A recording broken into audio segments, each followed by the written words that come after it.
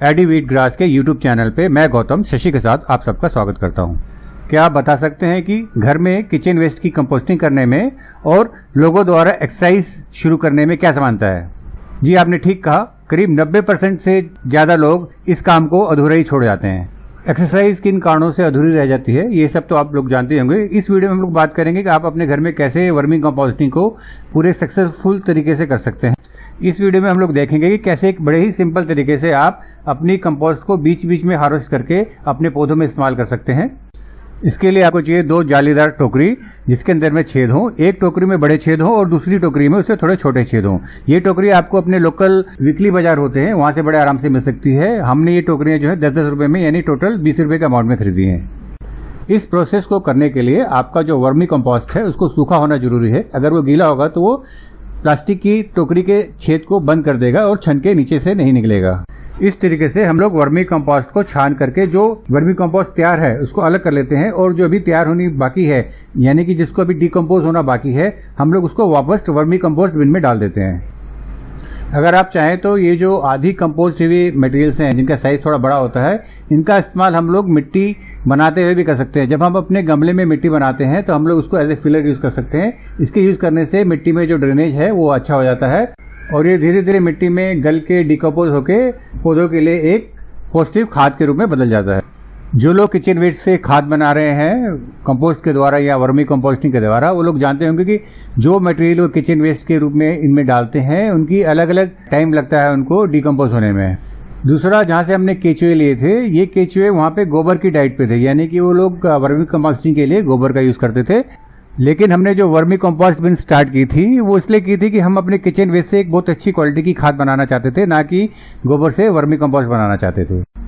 शुरू में हमारे इन केचुओं ने काफी नाटक किया। उन्होंने हमारे जो किचन वेस्ट है उसको रिजेक्ट कर दिया, उन्होंने खाया नहीं। हमें ऐसे भी लगा कि वो लोग भूखे रह गए, उन्होंने किचन वेस्ट को छुआ तक नहीं।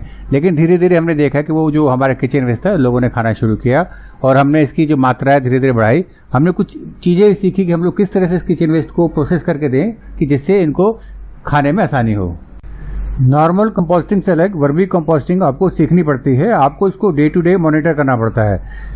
ऐसा नहीं कि आपने जैसे कंपोस्ट बिन को तैयार किया उसमें आपने किचन वेस्ट और सूखे पत्ते और बाकी चीजें मिला के उसको ढक दिया और हफ्ते में सिर्फ एक ही बार आपको चलाना है और आपकी 4 से 5 महीने के बाद जो है वो कंपोस्ट तैयार हो जाती है। यहाँ पे आपको डे टू डे बेसिस पे आपको देखना पड़ता है कि आपने जो खाना दिया केचुए ने खा लिया नहीं खा लिया। अगर खा लिया है तो आपको दोबारा खाना देना पड़ता है। आपको ये भी देखना पड़ता है कि कौन सा खाना है जो केचुए खुश होकर खा रहे हैं तो वो खाना आपको ज्यादा देना पड़ता है। आपको देखना पड़ता है कौन सा खाना जो है केचुए नहीं खा रहे हैं तो उसको आपको कम देना होता है। आपको वर्मी कंपोस्ट बिन में केचुओं के लिए फेवरेबल कंडीशन बना के रखनी पड़ती है। अगर मॉइस्चर बहुत ज्यादा हो तो केचुए पसंद नहीं आता, वो बिन छोड़ के भाग सकते हैं।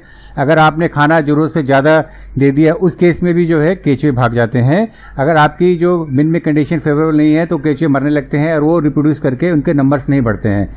अभी पीछे जो भीषण गर्मियां बीती हैं और नॉर्थ में तो हमारे यहाँ पे ज्यादा ही गर्मी होती है, टेम्परेचर 44, 45 और कमरे के अंदर का टेम्परेचर भी 40 तक पहुंच जाता है। उस केस में तो आपके अधिकतर लोगों के केचुए जो मर जाते हैं। लेकिन कहते हैं ना किसी चीज को अगर आप नॉलेज के साथ में करते हो तो उसमें आपको सक्सेस जरूर मिलती है। जब हमने वर्मी कंपोस्टिंग चालू की तो हमने इसके अंदर बाहर सब तरह की नॉलेज लेने की कोशिश की और इसी जानकारी लेने के प्रोसेस के दौरान हमें पता चला कि जब टेम्परेचर आपका 35 से ऊपर होना चालू होता है तो केचुए मरने चालू हो जाते हैं। फिर जब ये पता चला तो हमने इसका उपाय ढूंढने की कोशिश की। एक जगह में पता चला कि हम लोग बिन में अगर ईंटें खड़ी करके रख दे और उसको पानी से गीला करते रहे तो वो ठंडी बनी रहती है और केचुए जो है उनके आसपास रह के अपने आप को बचा लेते हैं। ईंट रखने के इस आइडिया के ऊपर हमने थोड़ा सा और काम किया। हमने ईंट के बजाय इसके अंदर में एक छोटी सी मटकी रख दी और उसमें पानी भर दिया। इस तरह हमें छुटकारा मिल गया ईंट को जाकर बार बार गीला करने से और केचुओं को एक अच्छी खासी ठंडी जगह मिल गई मटके के साइड में और मटके के नीचे गर्मी से बचने के लिए। दूसरा, हमने सीखा कि अगर हम लोग जो किचन वेस्ट इनको देते हैं खाने के लिए केचुओं को, अगर उसको हम लोग श्रेड करके छोटे छोटे पीसेस में तोड़ दें तो वो केचुओं को खाने में आसानी होती है और वर्मी कंपोस्ट जो बनाते हैं उसका प्रोसेस भी फास्ट हो जाता है।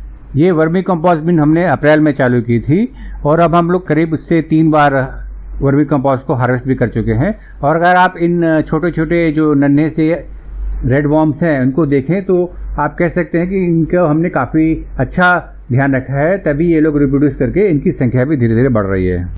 तो ये थी कुछ जानकारी वर्मी कंपोस्टिंग को आपके अपने घर में सफल तरीके से करने के लिए। आज के इस वीडियो में बस इतना ही। जो लोग वर्मी कंपोस्टिंग को अपने यहाँ नहीं कर सकते वो लोग हमारी वेबसाइट से अच्छी प्रीमियम क्वालिटी की वर्मी कंपोस्ट मंगा सकते हैं। हमारी इस वीडियो को अंत तक देखने के लिए आप सबका बहुत बहुत धन्यवाद। जल्दी मिलते हैं एक नए वीडियो के साथ। मैं गौतम शशि के साथ आप लोगों से विदा लेता हूं। नमस्कार।